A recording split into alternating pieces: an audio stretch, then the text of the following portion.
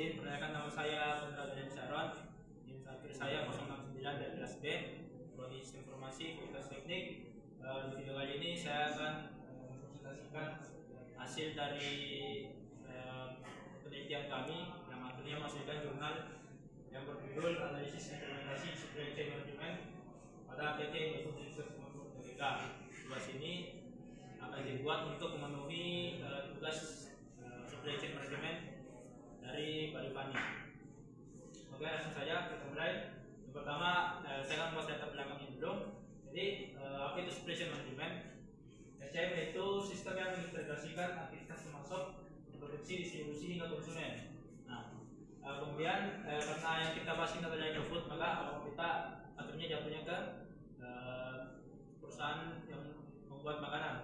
Di sini industri makanan membutuhkan SCM yang efektif karena produk ini memiliki masa simpan terbatas. Jadi karena makanan itu punya kadaluarsa, jadi dia itu membutuhkan sistem SCM yang bagus juga.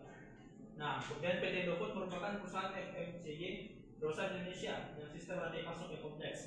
Jadi alasan kami memilih Indofood ini karena dia memiliki SCM yang kompleks juga. Nah, kemudian tujuan dari makalah atau jurnal nanti ini adalah yang pertama kita akan menganalisis penerapan SCM pada PT Indofood Research Tbk. Kemudian mengidentifikasi strategi rantai pasok yang digunakan perusahaan, dan yang terakhir mengetahui peran teknologi dalam pengelolaan SCM itu. Lanjut, kita masuk ke konsep utama SCM-nya dulu. Jadi konsep utamanya adalah SCM itu koordinasi sistematis dan strategis dari fungsi bisnis dalam perusahaan maupun antar perusahaan dalam jaringan rantai pasok untuk meningkatkan kinerja jangka panjang. Ini menurut sumbernya bisa dibaca sendiri. Jadi sebelum kita masuk ke penerapannya di Indofood, kita harus mengetahui dahulu konsep utama dari SCM ini. Nah, ini adalah elemen-elemen utama dari SCM. Yang pertama ada supplier, kemudian ada procurement, kemudian manufacturing, warehouse, distributor, dan customer. Lanjut, kemudian ada berbagai macam strategi dalam SCM. Ini menurut Taser dan Render. Yang pertama ada mix supplier strategi atau supplier dengan pemasok banyak. Ini seperti perusahaan itu mengambil banyak pemasok, kemudian membandingkan harganya yang paling murah. Kemudian ada few supplier strategi atau strategi pemasok sedikit, yaitu strategi di mana produsen itu hanya bekerja sama dengan beberapa pemasok saja, tapi dia sistemnya jangka panjang. Kemudian yang ketiga ada vertikal integrasi strategi atau ini pemasoknya itu dia memakai anak perusahaannya sendiri. Jadi pemasoknya itu produsennya itu punya anak perusahaan, di mana anak perusahaan itu adalah pemasok dari si produsen ini. Kemudian selanjutnya ada Keiretsu Network. Ini bisa dibilang penggabungan antara vertikal dengan view. Jadi mereka adakan kerjasama dengan beberapa pemasok, dan mereka juga memberikan bantuan-bantuan keuangan terhadap pemasok tersebut dengan harapan supaya nanti bahan baku yang dipasok itu bernilai kualitas yang tinggi. Dan kita ada virtual company strategi. Ini seperti mitra gitu. Jadi perusahaan itu mengadakan mitra dengan pemasok, tapi tidak sampai kolaborasi seperti di vertikal dan Keiretsu. Ya, setelah kita membahas mengenai strategi SCM dan konsep-konsepnya, kita masuk ke PT Indofood. Jadi sebelum kita masuk ke penerapan SCM di Indofood, kita harus mengetahui dahulu apa itu PT Indofood sendiri.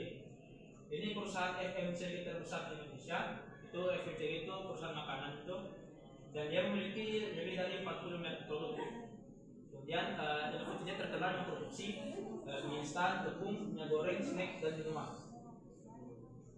Oke, ini ada alur dari SCM-nya Indofood. Yang pertama ada suppliernya itu tepung dan bumbu, masuk ke warehouse. Kemudian pabrik pembuatan mie instan, ini kita mencontoh produk ya, produk Indomie yang paling populer. Kemudian masuk dilihat pengujian. Setelah pembuatan mie instan diuji dulu. Setelah diuji dan dinyatakan aman, masuk ke pengemasan mie instan. Kemudian masuk ke distributor. Kemudian dari distributor ke pengecer, dan akhirnya dari pengecer ke konsumen. Ini adalah alur dari SCM Indofood secara sederhana. Lanjut. Nah, kita masuk ke pemasoknya dulu. Jadi bahan baku utama Indofood ini dipasok oleh perusahaan anak perusahaannya sendiri, yaitu Bogasari Flour Mills. Nah, itu.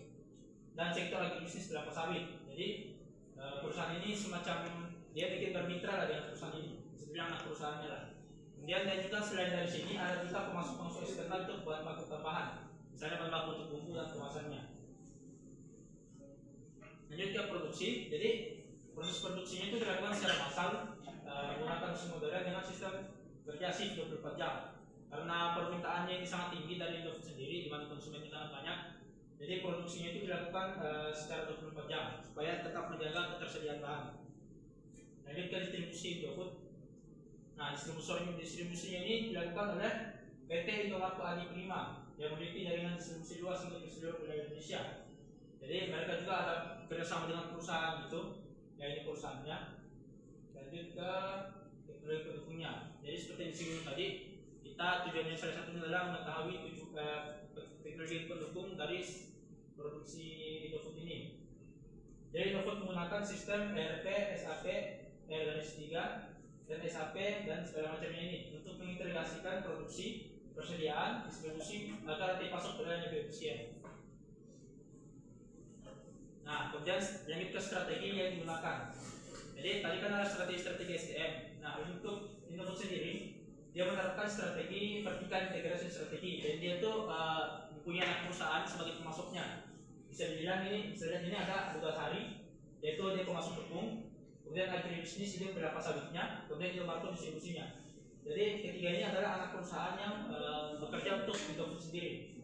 Nah, kemudian apa keuntungan Indofood menggunakan strategi ini? Yang pertama, pasokannya stabil, efisiensi biaya dan kontrol kualitasnya dari bahan bakunya itu. Nah, kesimpulannya adalah PT Indofood Sukses Marun Tbk menerapkan supply chain management terintegrasi dengan vertikal, mulai dari pasokan bahan baku melalui Bawasari atau anak perusahaannya hingga distribusinya juga oleh anak perusahaan sendiri.